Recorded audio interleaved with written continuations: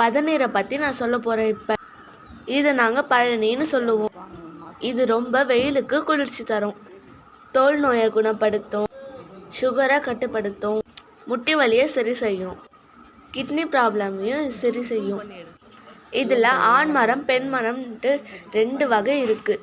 கார்த்திகை தீபத்தப்ப ஆண் மரத்தில் இருக்க பூவை கூக்கான்னு சொல்லி அதை எரித்து நாங்கள் காத்தி சுத்த யூஸ் பண்ணிப்போம். அது இந்த பதநீருக்கு யூஸ் ஆகாது. நொங்கு காய்க்கிற பெண் மரம் தான் இதுக்கு யூஸ் ஆகும். நொங்கு கொலை வரும்போது அதை கட் பண்ணி பானையில் சுண்ணாம்பு தடவி பானையை அதில் கட்டி விட்டுருவாங்க. அதுதான் பதநீர். இதுதான் குட்டி குட்டி நொங்கு செடி. அதுக்கு மேலே இருக்கிறது தான் பனைமரம். பானையில் இருக்க பதநீரை பார்த்தீங்கன்னா பால் மாதிரி ஒயிட் கலரில் இருக்கும். அதை தெளிய வச்சு வடிகட்டணும். வடிகட்டினா பதநீர் வந்துருச்சு. சுத்தமான